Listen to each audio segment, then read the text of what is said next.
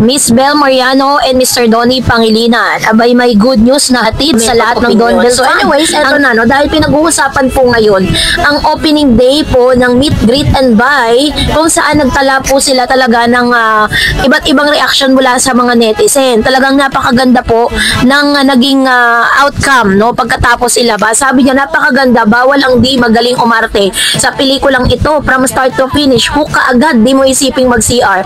Alam nating may iyak na tayo, sure na pero di ko in-expect na ang dami ring moments na napatawa ko, kaya perfect talaga ang timpla para sa buong pamilya. Laking tulong na lahat na ng napaka-natural at pagganap. So proud of Belinda, grabe si Jerry, ayan. So, marami po talagang nagpa-black screening, no, dito po sa movie ni Miss Bel Mariano, yung pong mga mga fans. Talagang grabe yung mga fans ni Miss Bel at ng Don Bel fans. Talagang nag-ambag-ambag sila para magkaroon po ng black screening for Bel. And of course, syempre tuwan-tuwa naman si Bel kasi may fandom na kasi talaga siya. Sinamahan pa ng fandom ni Joshua Garcia, di ba? Magaling din kasi umarte si Mr. Joshua. Kaya naman talagang lahat hook na hook dito po sa palabas na ito. Parang wala pong lumabas ng sinihan na hindi basa ang mata, dahil sabi nga po nila talagang overrated po yung movies, di ba? And the first good news na inihatid po sa atin ng ABS-CBN is on the first day po nila, naka 10.5 million first day gross, the 2025 family drama Meet and Greet and Buy, which stars Diamond star Maricel Soriano, Piolo Pascual, Bel Mariano, Joshua, Juan Carlos Labajo. They earned 10.5 million on its first day. Tapos ito pa, meron pang good news, no, na nasabi ni Mr. Piolo Pascual nang hindi sinasadya. Panoorin natin. Wala namin ni Bel, shoot namin with Rakati soon. Sorry. Next, Donnie. Wow. Ako nga pala si Donnie Pangilinan. Abangan niyo po yung pelikula namin ni Bel, shoot namin with Rakati. Sumama ka sa Darat Channel. Wala sa plano talaga ni Miss Bel Mariano na i-announce sa publiko na magkakaroon sila ng upcoming movie nila ni Mr. Donnie Pangilinan, na ang magiging director nila is no other than Direk Cathy Garcia Sampana. Napakagaling na director.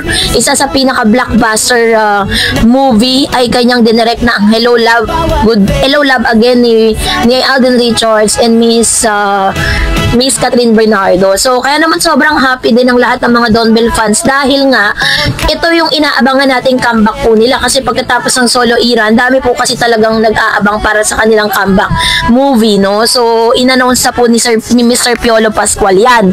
And then of course, syempre tuwan-tuwa din po na ibinahagi ng ABS-CBN ang unang araw na tagumpay ng Meet, Greet and Buy. The figure of 10.5 million on the first day in theaters was shared to ABS-CBN News by Star Cinema on Thursday morning, November 13.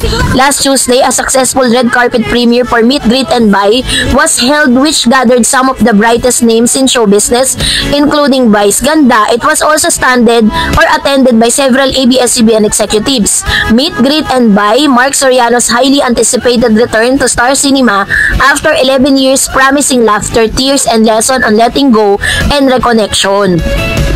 So, biruin po ninyo, 11 taon ng hinintay, no, ng Star Cinema para po muli makagawa ng isang premyadong pelikula ang isang Diamond star. And aside from the local cinemas, Meet, Greet and Buy has also started its worldwide screening on Wednesday, November 12, kahapon. It will be showing on Australia, New Zealand, UAE, Qatar, Oman, and Bahrain starting November 13, and the US, Canada, and Guam on November 14. The film also showing in various cities like Europe this November, including UK, Ireland, Australia, November 15, Italy, France, November 16, Greece, November 22, Spain, November 23.